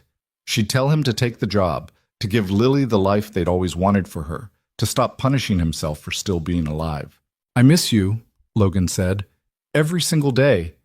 But I think I'm finally ready to stop just surviving. He stayed there until the sun started to come up, and then he drove home, picked up Lily from Mrs. Chen's, and made her pancakes for breakfast. Daddy, Lily said, drowning her pancakes in syrup. Are you okay? Yeah, baby. I think I'm actually okay. Good, because you've been sad for a really long time. Logan's throat tightened. I know. I'm sorry. It's okay. I just want you to be happy. He looked at his daughter, 6 years old, already so much smarter and kinder than he deserved, and made a decision. That afternoon, he called Alyssa. I'll take the job, but I need time to train someone to replace me at the building, and I'm not starting until Lily's summer break so I can get her into a new routine. Deal. And Logan, you're not going to regret this. I better not, because if this goes badly, I'm blaming you. Alyssa laughed. Fair enough. 2 months later, Logan started his new job as Director of Operations for the Vaughn Foundation. It was terrifying and overwhelming and completely outside his comfort zone. But Alyssa had been right. He was good at it. He understood what it felt like to be desperate, to be overlooked, to need help, but be too proud to ask for it. And that understanding made him better at connecting with the people the foundation was trying to serve. He and Alyssa worked together constantly, building programs, interviewing staff, figuring out how to actually make a difference. instead of just looking good in press releases. And slowly, their friendship deepened into something neither of them had expected. It wasn't romance, not yet. It was just two people who'd saved each other learning how to build something new together. And for now, that was enough. 6 months into his new job, Logan still wasn't used to wearing dress shirts. He stood in the foundation's office bathroom, tugging at his collar and wondering if other people felt this uncomfortable in professional clothes or if it was just him. Through the door, he could hear the sounds of the workspace, phones ringing, keyboards clicking, conversations about grant applications and program metrics. His life now. He splashed water on his face and stared at his reflection. The dark circles under his eyes were finally gone. He'd gained back the weight he'd lost during those years of surviving on 4 hours of sleep and gas station coffee. He looked healthier, but he also looked like someone pretending to be something he wasn't. His phone buzzed. A text from Alyssa. Conference room in 5, brought lunch. Logan dried his face and headed down the hall. The Vaughn Foundation occupied the 10th floor of a building in downtown Los Angeles. Nothing as flashy as Vaughn Technologies Tower, but comfortable and functional. Big windows, open floor plan, a staff of 23 people who actually seemed to like their jobs. It was the opposite of every corporate environment Logan had ever seen. Alyssa was in the conference room with takeout containers spread across the table. She'd cut her hair shorter since stepping away from the CEO role, and she looked younger somehow. Less polished, more real. Thai food, she said. I remembered you said it was Lily's favorite. Logan sat down and grabbed a container. You didn't have to do that. I wanted to. Besides, we need to talk about the Denver expansion, and I figured you'd focus better if you were eating. They spent the next hour going over plans to open a second foundation office in Colorado. Alyssa wanted to scale the operation nationally, but Logan was worried about growing too fast and losing the personal touch that made their programs effective. They argued, not angrily, but the way people who respected each other enough to disagree did. We can't help everyone if we only stay in California, Alyssa said. We can't help anyone if we expand so fast we lose track of what we're doing, Logan countered. Remember that tech startup that tried to open 50 locations in 2 years? They collapsed. We're not a tech startup. No, but we're also not immune to growing pains. Let's do Denver right, then talk about other cities. Alyssa sighed, but she was smiling. You're annoyingly reasonable. You know that? It's my best quality.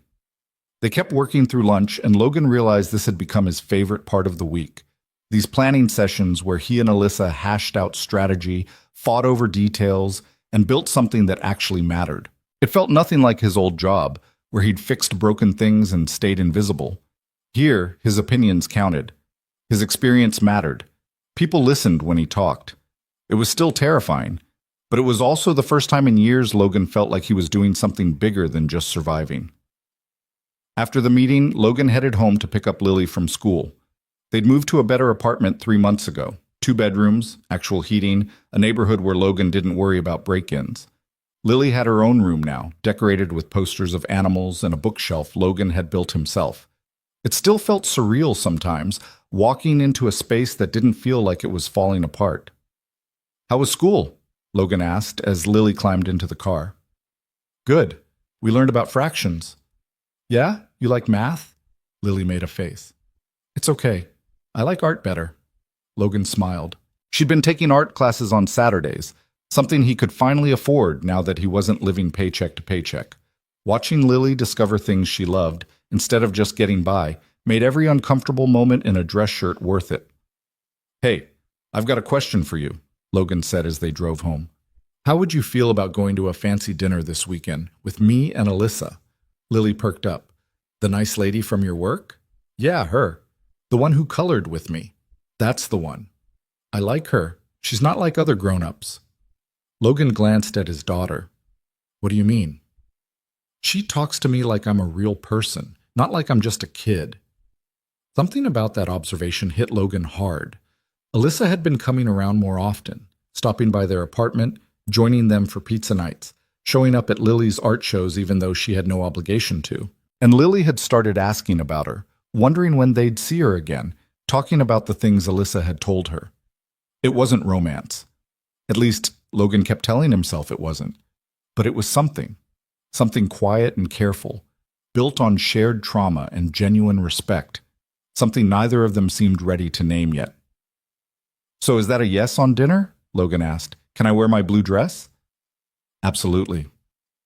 That Saturday, Logan found himself standing outside an upscale Italian restaurant with Lily, both of them dressed up and feeling completely out of place. Lily tugged at her dress nervously. "Daddy, what if I use the wrong fork?" "Then you use the wrong fork. Nobody's going to arrest you." "But what if—" "Hey," Logan crouched down. "We're going to go in there, eat some pasta, and have fun. And if anyone makes you feel bad about anything, we're leaving, okay?" Lily nodded, reassured. Alyssa was already inside, seated at a corner table away from the crowd. She waved when she saw them, and Logan noticed she wasn't wearing anything fancy either. Just a simple dress, no jewelry, nothing designed to impress. She'd learned over the last few months how to dress like someone who didn't need to prove anything anymore. "You made it," Alyssa said, standing up to hug Lily. "I love your dress." "Thank you. Daddy said it's okay if I use the wrong fork." Alyssa laughed. "Your dad's a smart man." They settled into dinner, and Logan watched as Alyssa and Lily talked about school, art projects, and whether unicorns could realistically exist if we just hadn't found them yet. Alyssa treated Lily like an equal, listened to her opinions, asked follow-up questions, never talked down to her. And Lily, who was usually shy around adults, opened up completely. At one point, Lily excused herself to use the bathroom, and Logan and Alyssa were left alone. "She's incredible," Alyssa said. "You're raising an amazing kid." "I'm just trying not to screw her up." "You're doing more than that. She's smart, confident, kind. That doesn't happen by accident." Logan took a drink of water, uncomfortable with the compliment. "She's better than me. Always has been." "I don't think that's true, but I think you don't give yourself enough credit." Alyssa paused. "Can I ask you something personal?" "Sure." "Do you ever think about dating again? Meeting someone?" Logan wasn't expecting that. "Not really. I've been too busy surviving, and now that I'm not, I don't know. It feels complicated." "Because of your wife?" "Yeah, and because Lily's my priority. I can't bring someone into her life unless I'm sure they're staying. And how do you even know that?" Alyssa nodded slowly. "That makes sense. What about you? You ever think about it?" "I've been asked out by about 50 people since the scandal broke. Half of them want my money, the other half want to say they dated the CEO who took down her own CFO. So no, not really interested." "That's depressing. Welcome to my life." She smiled, but it didn't quite reach her eyes. "I think I've spent so long being the person everyone expected me to be that I don't know how to just exist. Without a role, without a performance, and that makes it hard to connect with anyone." Logan thought about that. "You connect with Lily because she doesn't expect anything from me. She just likes me because I colored a dragon." "That's not nothing. Most people can't even do that." Alyssa looked at him across the table, and something shifted in the air between them. Not dramatic, not obvious, just a quiet recognition that they'd crossed some invisible line from colleagues to something more complicated. Lily came back before either of them could say anything else, and the moment passed. They finished dinner, argued over who would pay the bill. Alyssa won because she was stubborn and had infinitely more money, and walked out into the cool Los Angeles evening. "Can we do this again?" Lily asked, holding both their hands as they walked to the parking lot. "Absolutely," Alyssa said. Logan caught Alyssa's eye over Lily's head, and she smiled at him. A real smile, the kind she hadn't been capable of that night on the rooftop. And Logan realized he was smiling back. Over the next few months, dinner became a regular thing. Sometimes fancy restaurants, sometimes pizza at Logan's apartment, sometimes takeout in the foundation office while they worked late. And slowly, almost without noticing, they built a routine. Alyssa would text Logan about work stuff, then ask how Lily was doing. Logan would send her photos of Lily's art projects. Alyssa would show up at school events because Logan had mentioned them in passing. The staff at the foundation started making jokes about it. One of the program coordinators, Rachel, cornered Logan in the break room one afternoon. "So when are you going to admit you're dating the boss?" Logan nearly choked on his coffee. "I'm not dating anyone." "Logan, she looks at you like you hung the moon, and you look at her like she's the only person in the room. We're friends." "Sure, Friends who have dinner 3 times a week and finish each other's sentences. Rachel, I'm just saying, denial isn't a great look on you. She patted his shoulder and walked away, leaving Logan staring into his coffee cup and wondering if she was right. The truth was, Logan didn't know what was happening between him and Alyssa. They weren't dating. They'd never kissed, never talked about feelings, never crossed any obvious line. But they also weren't just friends.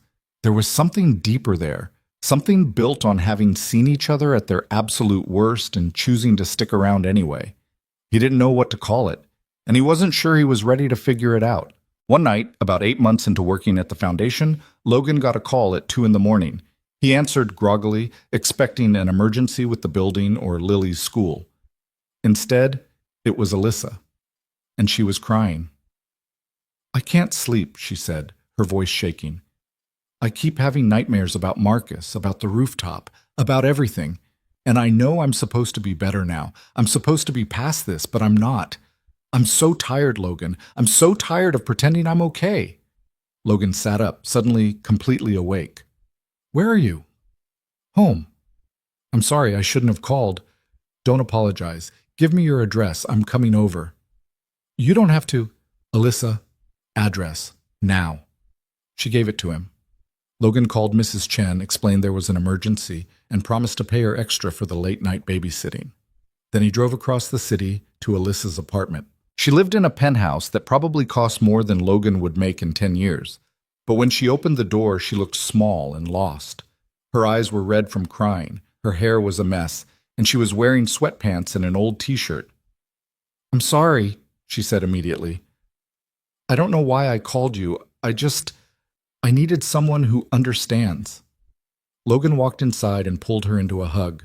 She collapsed against him, and he could feel her shaking. It's okay, he said quietly. I've got you. They sat on her couch, and Alyssa talked. About the nightmares, about the guilt she still carried for not seeing Marcus's betrayal sooner, about how scared she was that she'd never fully recover from what he'd done to her, about how exhausting it was to act normal when she still felt broken inside. Logan listened without trying to fix anything. He'd learned, over the years of grief counseling after his wife died, that sometimes people just needed to be heard. So he let Alyssa talk until she ran out of words, and then they just sat there in the quiet. You know what the worst part is? Alyssa said eventually. I still don't trust my own judgment. Every decision I make, I second-guess myself. Every person I meet, I wonder if they're lying to me. Marcus didn't just steal my company, he stole my ability to trust anything, including myself. That's what trauma does, Logan said. It makes you doubt everything. But it gets better, slowly. So slowly you don't notice until one day you realize you made it through a whole week without panicking. When did you stop panicking? Logan thought about it. I don't know if I ever did, completely, but I learned to live with it, to function anyway, and eventually the good days started outnumbering the bad ones. Alyssa looked at him. How did you do it? After your wife died, how did you keep going? Lily, I didn't have a choice. She needed me, so I got up every morning and put one foot in front of the other. And some days that was all I could manage. But it was enough. I don't have a Lily. I don't have anyone depending on me anymore. You have 300 people we're helping through the foundation. You have a staff who looks up to you. You have me. Logan paused. And you have yourself. You survived, Alyssa. You fought back. You exposed the truth. You're rebuilding your life. That's not nothing. Tears rolled down her face. I don't feel strong. I feel like I'm barely holding it together. That's what strength looks like. It's not being unbreakable. It's breaking and choosing to keep going anyway. Alyssa leaned her head against his shoulder, and Logan put his arm around her. They sat like that for a long time, not talking, just existing in the same space. And Logan realized this was the moment, the one where everything could change between them, where he could tell her how he felt, how much she'd come to mean to him, how terrifying and exhilarating it was to care about someone again. But he didn't, because Alyssa was struggling, and she needed a friend right now, not a complicated confession that would make everything harder. So he just held her until she fell asleep on his shoulder, and then he carefully moved her to the couch, covered her with a blanket, and left a note on the coffee table. You're stronger than you think. Call me when you wake up. Then he drove home, climbed into bed, and stared at the ceiling until dawn. The next day, Alyssa texted him, "Thank you for last night. I'm sorry I fell apart on you." Logan responded, "You didn't fall apart. You just had a bad night. We all have them. Can we talk later, after work?" "Sure." That afternoon, Logan picked up Lily from school and took her to the park. They were on the swings when his phone rang. Alyssa. "Hey," he said. "Hang on, let me get somewhere quieter." He walked to a bench while Lily played on the slide. "Okay, I'm here. What's up?" "I've been thinking about last night," Alyssa said. "About how I called you at 2 in the morning and you just showed up. No questions, no judgment, just there." "Of course I showed up. You needed help." "Logan, do you know how rare that is? To have someone who just shows up?" He didn't know what to say to that.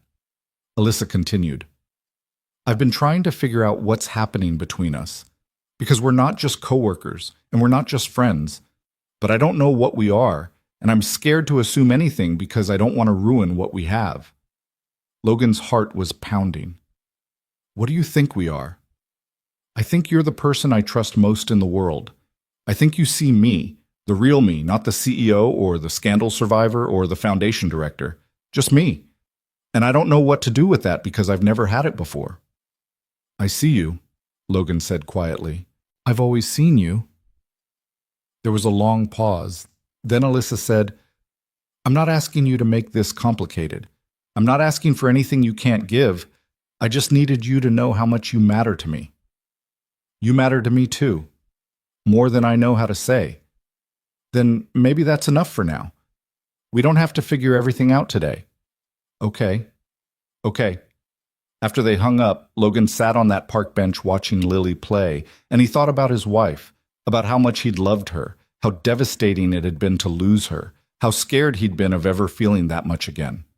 But he also thought about the last 8 months, the way Alyssa had become part of his life without him really noticing, the way Lily lit up when she was around, the way Logan felt more like himself when they were together. Maybe he didn't have to have all the answers. Maybe it was okay to just keep moving forward and see where they ended up. 2 weeks later, Logan was working late at the foundation when Alyssa knocked on his office door. "I'm going to therapy tomorrow," she said, "and I'm planning to talk about you." Logan looked up from his laptop. "Okay?" "I just thought you should know. Because my therapist is going to ask what you are to me, and I don't have a good answer, so I wanted to figure out what I should say." Logan set down his laptop and walked over to where she was standing. They were close enough that he could see the uncertainty in her eyes, the way she was holding her breath, waiting for his response. "What do you want to say?" he asked. "I want to say you're the person who saved my life, who believed me when no one else did, who sees all my broken pieces and doesn't try to fix them, just accepts that they're there." She paused. "And I want to say I'm falling in love with you, but I'm terrified because I don't know how to do this without screwing it up." Logan's breath caught. "Alyssa, you don't have to say anything. I just needed to be honest, because I'm done pretending I don't feel things just because they're scary." Logan reached up and gently tucked a strand of hair behind her ear. "I'm terrified too, because I haven't let myself care about anyone like this since my wife died. And I've got Lily to think about, and a life that's finally stable, and 1,000 reasons why this is complicated." "I know. But I also think about you constantly. I look forward to seeing you every day. And when you called me at 2 in the morning, I drove across the city without thinking twice because the idea of you being in pain was unbearable." Alyssa's eyes filled with tears. "So what do we do?" "I don't know. But maybe we start by admitting this is happening and seeing where it goes." "That's terrifying." "Yeah. But so is pretending it's not." Logan leaned forward and kissed her. It was soft, tentative, nothing like the dramatic kisses in movies. It was just two scared people taking a chance on something that might break their hearts. When they pulled apart, Alyssa was smiling. "So I guess I have an answer for my therapist now." Logan laughed. "What are you going to tell her?" "That I'm dating a former maintenance worker who saved my life and somehow convinced me that being vulnerable isn't weakness." "That's a lot of words." "She charges by the hour. I'm getting my money's worth." They stood there in Logan's tiny office, holding hands and trying to process what had just happened. And Logan thought about how impossible this all seemed. A billionaire CEO and a single father finding each other in the middle of a corporate scandal, building something real from nothing but shared trauma and genuine connection. It shouldn't work. By all logic, it should fall apart. But maybe, just maybe, they'd both been through enough to know that the best things in life rarely made sense from the outside. Does Lily know, Alyssa asked suddenly, that you have feelings for me? She asked me last week if you were going to be her new mom. Alyssa's eyes went wide. What did you say? I told her it's complicated and she should stop watching so many Disney movies. Logan smiled. But between you and me, I think she'd be okay with it. What if I'm terrible at this? What if I don't know how to be a partner or a parental figure or whatever this becomes? Then we figure it out together. Nobody knows what they're doing, Alyssa. We're all just making it up as we go. She kissed him again, longer this time, and Logan felt something he hadn't felt in years. Hope. Not the desperate, survival-based hope that had kept him going after his wife died, but real hope. The kind that made him believe life could be more than just getting through each day. When they finally left the office that night, walking out into the Los Angeles evening together, Logan realized they'd come full circle. From a rooftop in a storm to this moment, everything had led them here. And for the first time in a long time, he wasn't scared of what came next. 1 year after that kiss in Logan's office, everything and nothing had changed. Logan stood in the kitchen of their new house. Not his apartment, not Alyssa's penthouse, but a place they'd chosen together in a neighborhood with good schools and actual trees, making pancakes while Lily sat at the table drawing. The morning sun came through the windows at an angle that still felt unfamiliar, and Logan had to remind himself this was real, that he actually lived here, that his life had become something he'd stopped believing was possible. "Daddy, you're burning them," Lily said, without looking up from her drawing. Logan flipped the pancakes quickly. "I'm not burning them. I'm giving them character." "That's what you always say when you burn them."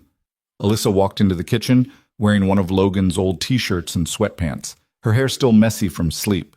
She kissed Lily's head, then Logan's cheek, and poured herself coffee. "Morning," she said. "Did I hear something about burned pancakes?"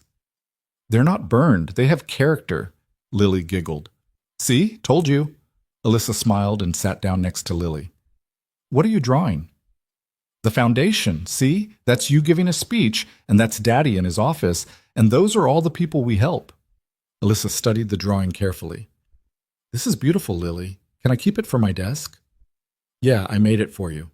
Logan watched them together, this strange little family they'd built from nothing, and felt that familiar mix of gratitude and disbelief. It hadn't been easy getting here. There'd been fights, misunderstandings, moments when they'd both wanted to run because being vulnerable was too damn hard. But they'd stayed. They'd figured it out. And somehow, it had worked. The foundation had grown too. They'd opened the Denver office, then Seattle, then Chicago. They were helping thousands of people now. Executives having breakdowns, workers crushed by impossible expectations, parents struggling to survive while everyone around them pretended everything was fine. And every person they helped reminded Logan why this mattered. Today was special, though. Today was the 1-year anniversary of the Foundation's first official opening, and they were holding a public event to showcase the impact they'd made. Press would be there, donors, the people they'd helped. And Alyssa was giving a speech Logan had heard her practice about 50 times. "You ready for today?" Logan asked, setting plates of pancakes in front of Lily and Alyssa. Alyssa made a face. "I hate public speaking now. It feels performative." "You're literally just telling people what we do." "I know, but every time I stand in front of cameras, I remember the shareholder meeting, Marcus screaming, security dragging him out, everyone staring at me like I was either a hero or a disaster." Logan sat down across from her. "That was different. You were fighting for your life. Today, you're just talking about helping people. No one's trying to destroy you." "Doesn't mean I'm not terrified." Lily looked up from her pancakes. "You don't have to be scared, Alyssa. You're really good at talking." Alyssa smiled. "Thanks, kid. I'll try to remember that." After breakfast, Logan got Lily ready for school while Alyssa disappeared into the bedroom to prepare for the event. When he came back downstairs, she was sitting on the couch in a professional dress, staring at her notes with the kind of intensity that meant she was spiraling. "Hey," Logan said gently, "you're overthinking." "I know." The speech is great. You've practiced it 100 times, and even if you mess up, literally no one will care because they're there to celebrate what we've built, not judge your delivery. Alyssa set down her notes. What if people think I'm using the foundation to rebuild my reputation? What if they see it as just another PR move?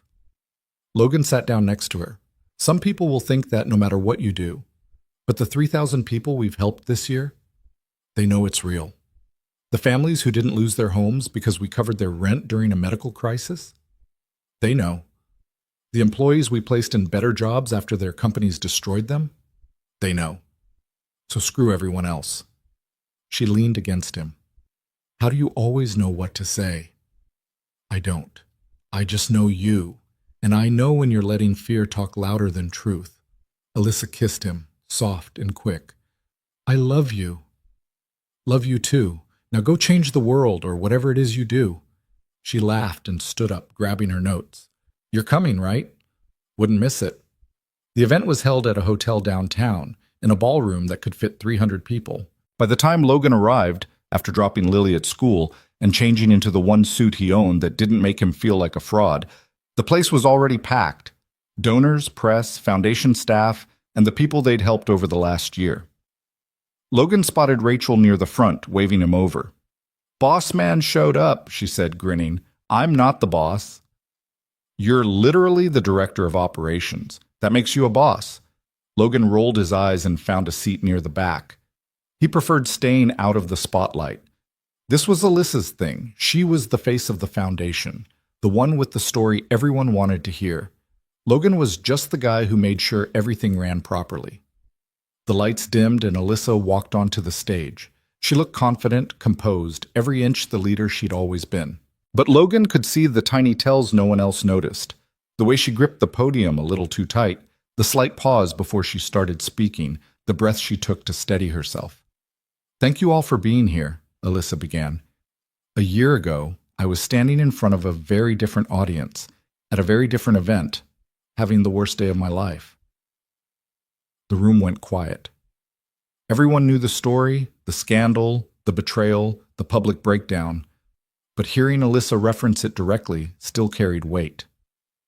I spent that day trying to prove I wasn't the failure everyone thought I was. I presented evidence, exposed a conspiracy, and forced a room full of powerful people to see the truth. And when it was over, I felt empty. Because I'd won the battle, but I still didn't know who I was without the fight. She paused, and Logan saw her eyes sweep the crowd until they found him. She gave him the smallest smile, then continued. The last year has been about figuring that out, about rebuilding my life around something other than power, image, and constant performance. And what I discovered is that the most meaningful work I've ever done has nothing to do with billion-dollar companies or executive decisions. It's about showing up for people who are drowning and reminding them they're not alone. She gestured to the screens behind her, which started showing photos of the people the foundation had helped. Faces, stories, moments of transformation. These are real people who are exactly where I was. Exhausted, terrified, convinced they'd failed. Single parents working 3 jobs and still falling behind. Executives having panic attacks in parking lots because they couldn't admit they were struggling. Workers fired for having mental health crises their employers didn't want to deal with. And we've been able to help them. Not because we're heroes, but because we decided that suffering in silence shouldn't be the price of survival. The room was completely still now. Even the reporters had stopped taking notes and were just listening. I didn't build this foundation alone, Alyssa said. I built it with someone who saw me at my absolute worst and chose to stay anyway. Someone who taught me that strength isn't about being unbreakable. It's about breaking and choosing to keep going. Someone who showed me that the people society overlooks are often the ones who see the most clearly. Logan felt his face flush as people started turning to look at him. He wanted to disappear, but Alyssa kept talking. Logan Hayes was a maintenance worker making barely enough to survive when he found me on a rooftop during a storm. He had every reason to walk away and let someone else handle the crazy CEO having a breakdown. But he didn't. He stayed. He helped me expose the truth, and then he agreed to build something better with me.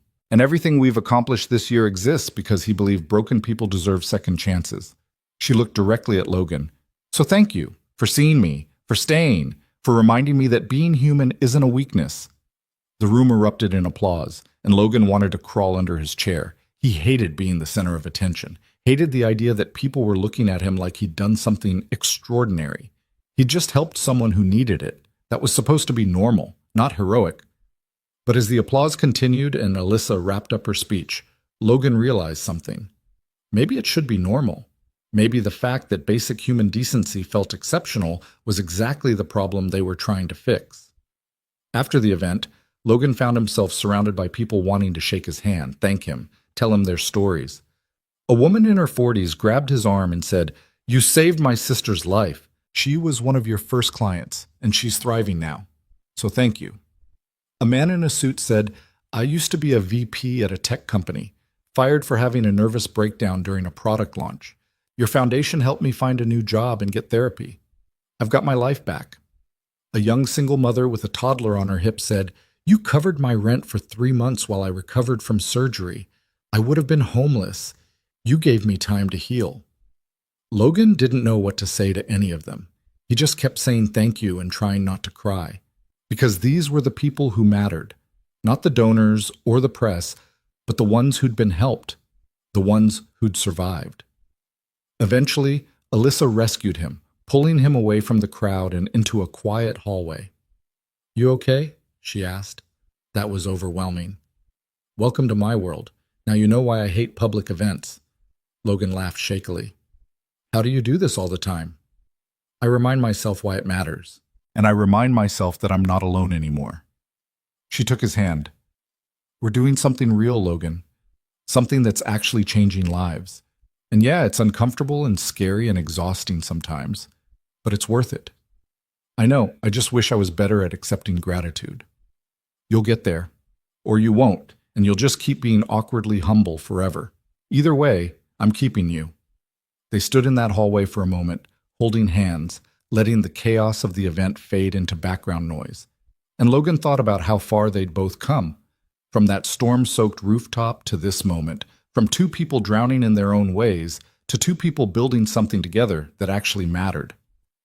"Can I ask you something?" Logan said. "Always." "Do you ever regret it? Stepping away from Vaughn Technologies, giving up that life?" Alyssa thought about it.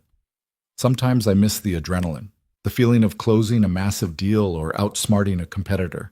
But then I remember how empty I felt, how close I came to disappearing entirely. And I realize I don't miss it. I miss the version of myself who thought that life was enough. But she's gone, and I'm okay with that." "Who are you now?" She smiled. "I'm still figuring it out, but I think I'm someone who cares more about people than profits. Someone who's learning to be vulnerable without feeling weak. Someone who's building a life instead of an empire." "I like that version of you." "Good, because she likes you too." They kissed in that quiet hallway while the event continued without them, and Logan felt that same surge of gratitude he'd been feeling all morning. Gratitude that he'd climbed those stairs during a storm. Gratitude that he'd seen someone in pain and decided to help. Gratitude that sometimes doing the right thing actually led somewhere good.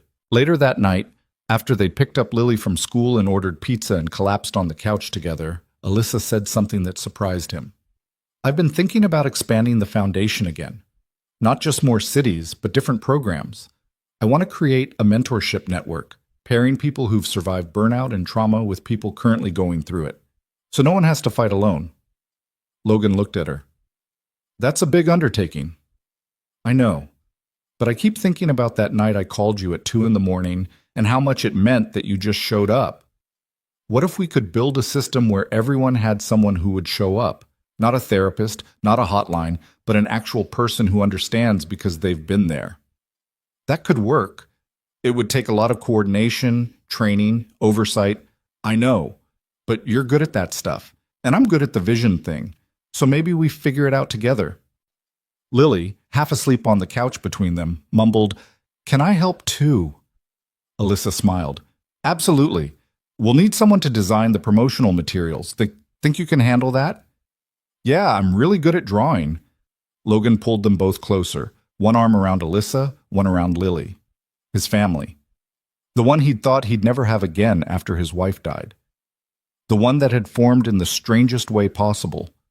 through crisis and courage, and two broken people deciding to heal together.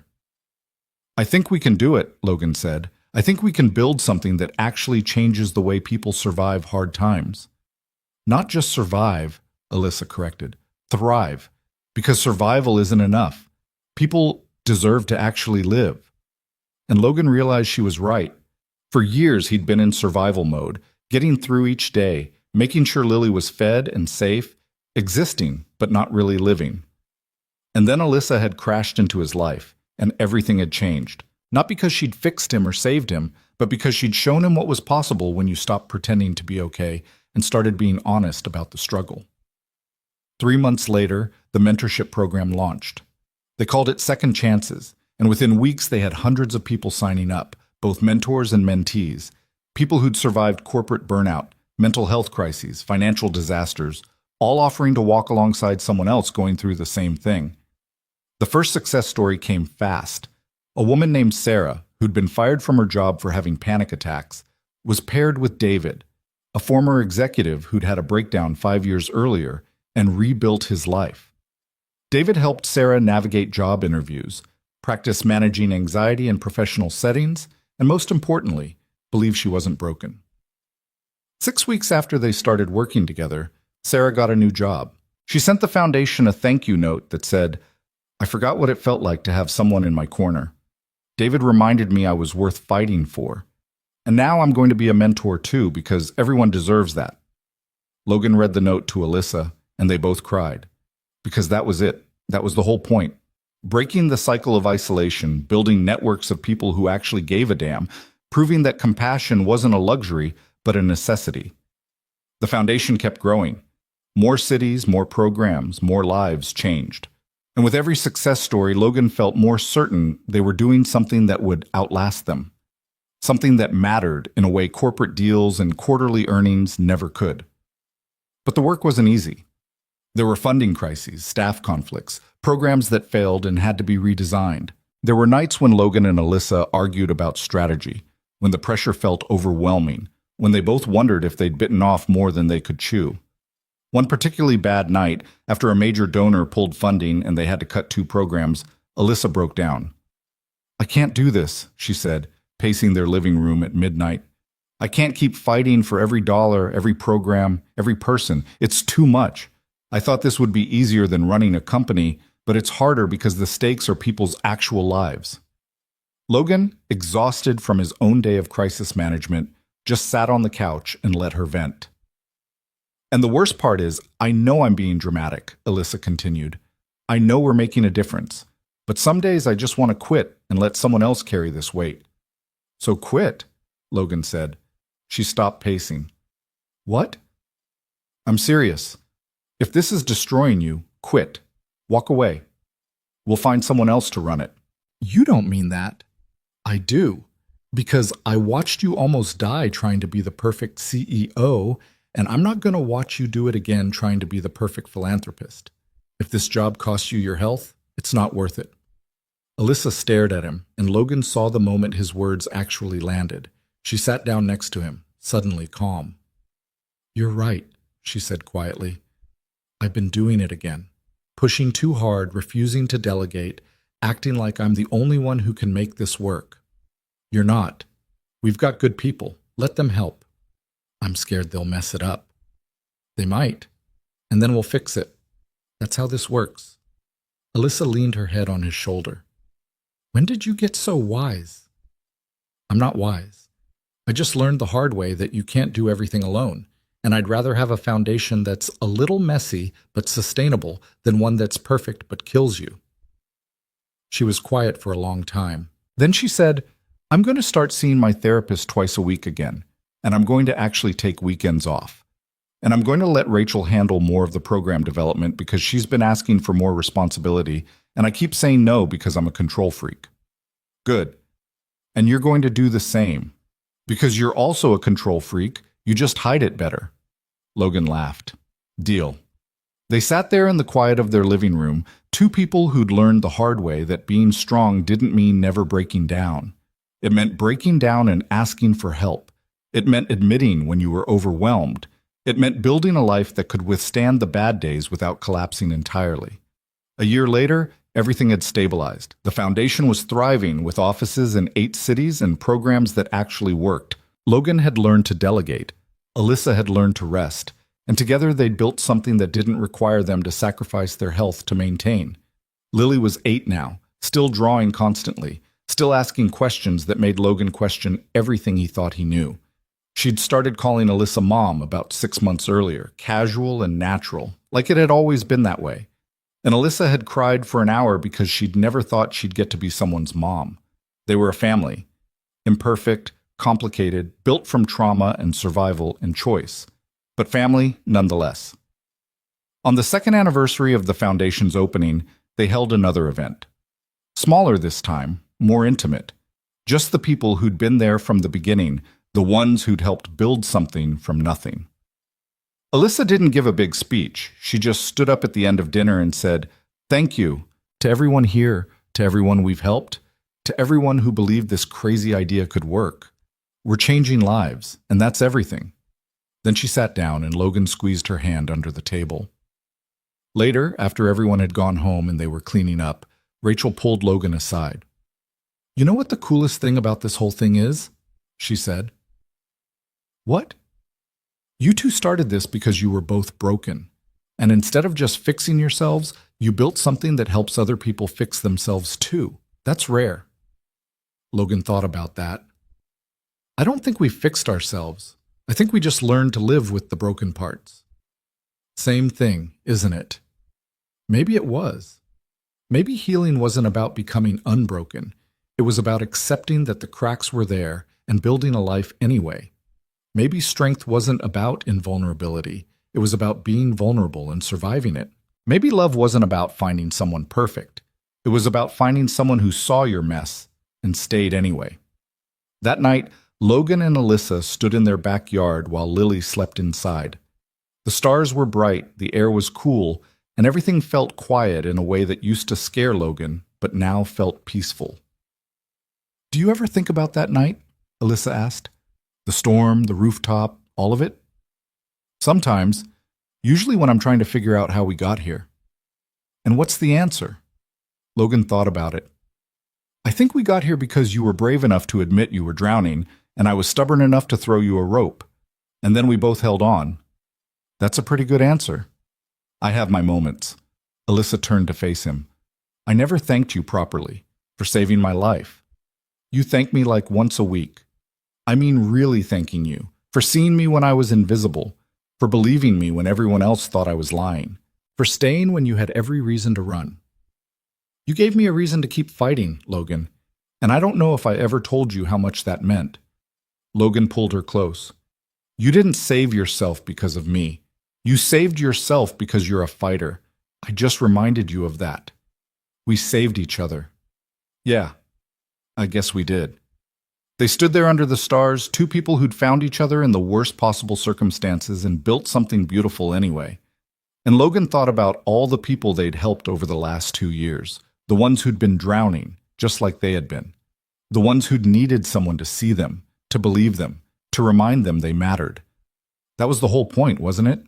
Not to be perfect, not to have all the answers, just to show up for each other, to be honest about the struggle, to build systems where people didn't have to fight alone. Logan had spent years thinking his job was to be invisible, to fix things quietly and stay out of the way. But Alyssa had taught him that being seen wasn't weakness, that asking for help wasn't failure, that the most important work happened when you stopped pretending everything was fine and started being honest about how hard it really was. And maybe that was the message. Maybe that was what people needed to hear. That it's okay to not be okay. That survival isn't the same as living. That the people who seem the most successful are often the ones suffering the most. That we're all just doing our best with broken pieces and hoping it's enough. Because in the end, Alyssa hadn't fallen in love with Logan because he was a hero. She'd fallen in love with him because he was human, flawed, scared, struggling, but willing to show up anyway. And Logan hadn't fallen in love with Alyssa because she was powerful. He'd fallen in love with her because she was real, broken, imperfect, trying to rebuild herself one honest moment at a time. They weren't a fairy tale. They were two people who'd survived, who'd chosen each other, who'd built a life based on truth instead of performance, and that was better than any fairy tale could ever be. "Come on," Alyssa said, pulling him toward the house. "Let's go check on Lily, and then get some sleep. We've got a busy week ahead." "When don't we have a busy week?" "Fair point. But at least we're busy doing something that matters." Logan followed her inside, into the home they'd built, the life they'd chosen, the family they'd become. And he thought about that maintenance worker who'd climbed 50 flights of stairs during a storm, who'd found a CEO on a rooftop and decided to help. He'd had no idea where that decision would lead. No idea he'd end up here, in a house that felt like home, with a partner who saw him completely, building something that changed people's lives. But he was glad he'd climbed those stairs, glad he'd stayed, glad he'd taken a chance on someone who seemed impossible to help. Because sometimes, the people who look the most put together are the ones who need help the most. And sometimes, showing up for someone, really showing up without judgment or expectation, can change everything, not just for them, for you too. That was what Logan would want people to understand. That we're all carrying weight no one else can see.